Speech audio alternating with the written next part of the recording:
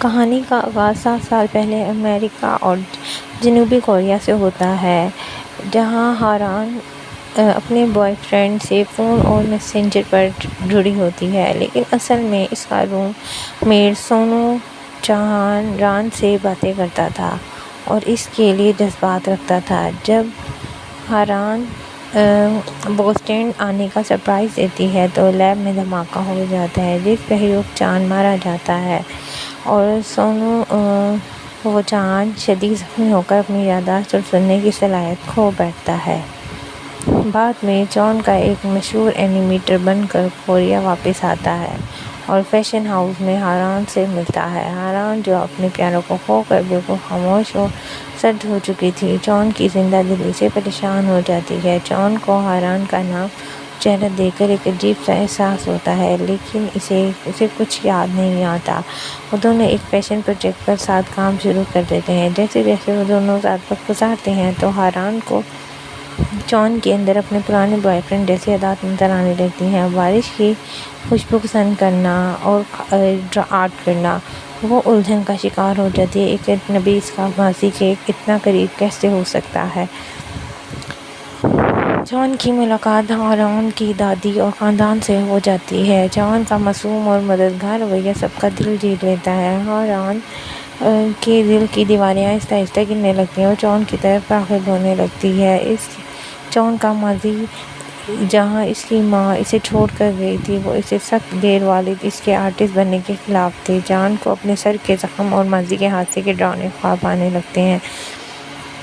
چان کو ہاران کے پاس موجود ایک خاص پین نظر آتا ہے جو اس نے کچھ سالوں پہلے ہاران کو تحفے میں بھیجا تھا۔ چان کے ذہن میں بوسٹن لیب کے دھماکے کی یادیں بجلی کی طرح کودتی ہیں اور اسے سچائی کا احساس ہوتا ہے۔ چان یہ جاننے کے بعد ہاران وہی لڑکی ہے جس سے یہ محبت کرتا تھا اور اسے تحفظ دینے کا فیصلہ کرتا تھا۔ وہ ہاران کو پہنچنے کے ڈر سے یہ چھت چھپاتا ہے۔ یہ ہیوک چان نہیں بلکہ اس کا روم میٹ ہے۔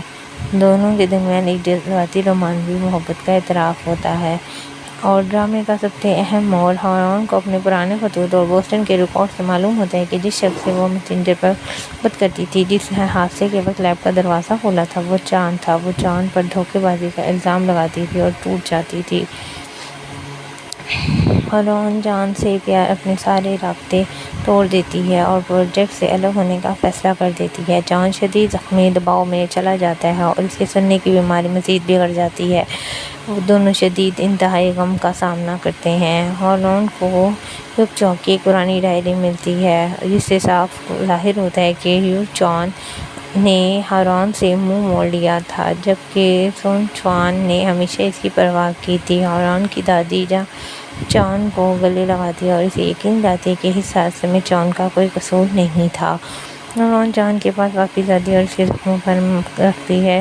چان اپنی اینیمیشن کے ذریعے ہاران کو اپنے دل کے جذبات دکھاتا ہے۔ دونوں ماضی کے پچھتاوے کو پیچھے چھوڑ کے ایک زندگی بنانے کا فیصلہ کرتے ہیں، کیونکہ ہاران جو ہے وہ اس سے اب محبت کرتی ہوتی ہے اور چان جو ہے وہ سننے کی صلاحیت جو ہے اس کی ختم ہو جاتی ہے۔ فیشن شو اور چان کا اینیمیشن پروجیکٹ دونوں بے حد کامیاب ہو جاتے ہیں۔ ہاران کی زندگی طویل اور اداس سردیاں ہمیشہ کے لیے ختم ہو جاتی ہیں۔ چان اور ہاران کے لیے ختم اور ہاتھ میں ہاتھ ڈالے ایک نئی خوشحال زندگی کا آغاز کرتی ہیں، جہاں ان کا روشن اور خوبصورت موسم ہمیشہ کے لیے لوٹ آتا ہے۔ اور اس ڈرامے کا نام ریڈینٹ سیزن بھی اسی وجہ سے رکھا گیا ہے۔ اور اس ڈرامے کے مرکزی کردار اور آخر میں یہ منظر دکھایا جاتا ہے کہ ہاران کا فیشن شو منعقد ہوتا ہے جہاں بیک گراؤنڈ اسکرین پر چان کی بنائی ہوئی اینیمیشن چلتی ہے۔ یہ اینیمیشن ان دونوں کی محبت اور سردیوں کی ختم ہونے کی ہوتی ہے اور دونوں ایک دوسرے کا ہاتھ تھام کر ہنستے ہوئے روشن مستقبل کی طرف اپنا قدم بڑھاتے ہیں۔ اگر آپ کو ڈرامے کی ایکسپلینیشن اچھی لگی اور ڈرامہ پسند آیا تو آپ یہ ڈرامہ ضرور واچ کریں اور کمنٹ کر سکتے ہیں، آپ کو اس کا لنک مل جائے گا۔